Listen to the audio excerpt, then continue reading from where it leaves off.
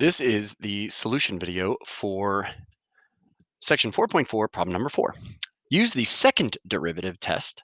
Use the second derivative to determine the intervals for which f is concave up and concave down. All right, so remember, concave up means that f double prime is positive, and concave down means that f double prime is negative.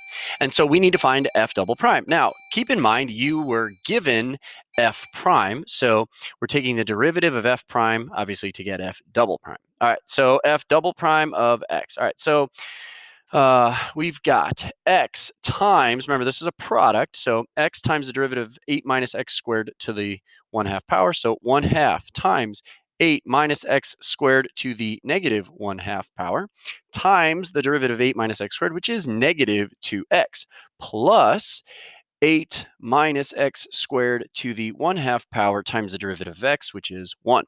All right, so now we want to set this equal to 0 and solve.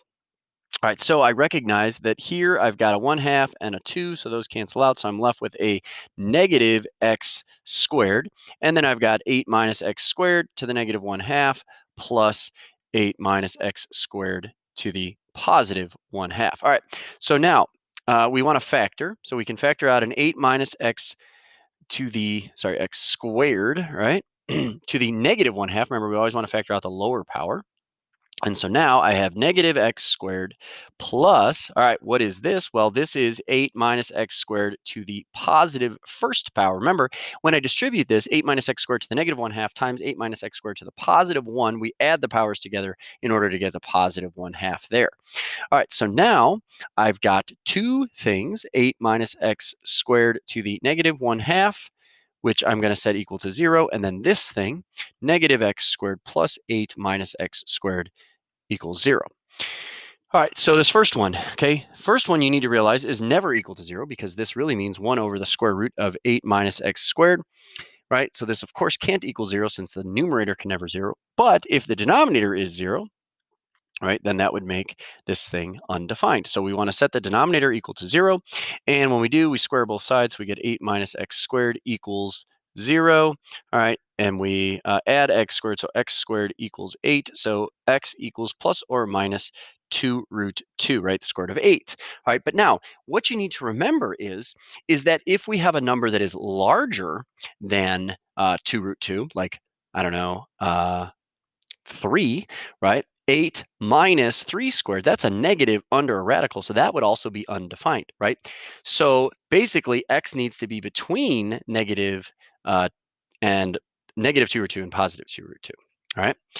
All right, so then the next one, we combine the x squared, so negative 2x squared plus 8 equals 0, so subtract 8, negative 2x squared equals negative 8, divide by negative 2, x squared equals positive 4, so x equals plus or minus 2.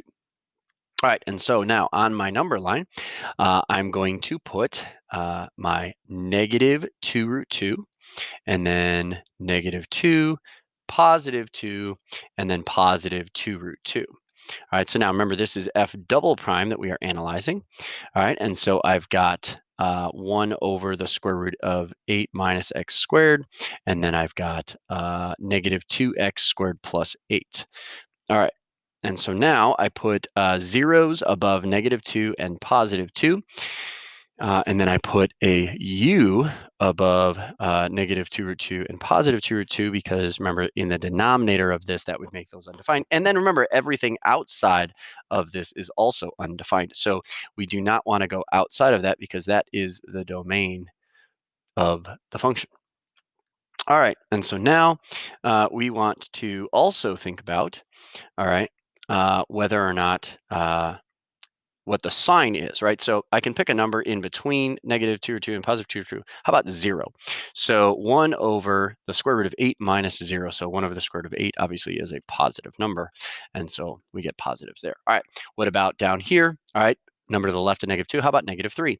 So negative 2 times negative 3 squared, right? Well, negative 3 squared would be 9 times negative 2 is negative 18, right? And so, of course, that is going to be a positive. Pick a number in, uh, that would be a negative, right? I apologize, negative here. All right, and then in the middle, if we pick 0, negative 2 times 0 squared plus 8, that is a positive. And then to the right, how about like 3? Negative 2 times 3 squared, obviously, negative 18 plus 8 is a negative. All right, and so now we carry down our signs. Remember, it is undefined outside of negative 2 root 2, but then it is negative here, it is positive here, and it is negative here. So remember, concave down means f double prime is negative. So when is it concave down? Well, that would be from negative 2 root 2 to negative 2, and then from 2 to positive 2 root 2. All right. And then when is it concave up? And that is when it is second derivative is positive. So from negative 2 to 2.